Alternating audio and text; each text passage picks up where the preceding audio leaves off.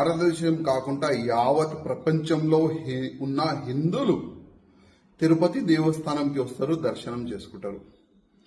కానీ లడ్డూలో ఈ పందులు కానీ వేరే వేరే జంతువులు మొత్తం నెయ్యి కలిపినారు. ఆ మాట విని చాలా మంది బాధపడుతున్నారు. అసలు ఎంత పాపిష్టుడు కూడా ఈ ప్రపంచంలో ఉంటారా అని ఒక చర్చ నడుస్తుంది.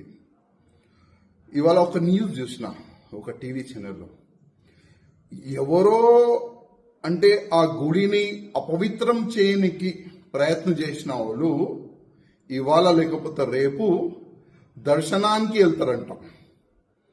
అంటే ఎంత మీరు ఘోర పాపం చేసిన తర్వాత కొద్దిగైనా మీకు సిగ్గులేదా? మళ్ళా మా తిరుపతి దేవస్థానం మా దేవుడికి దర్శనం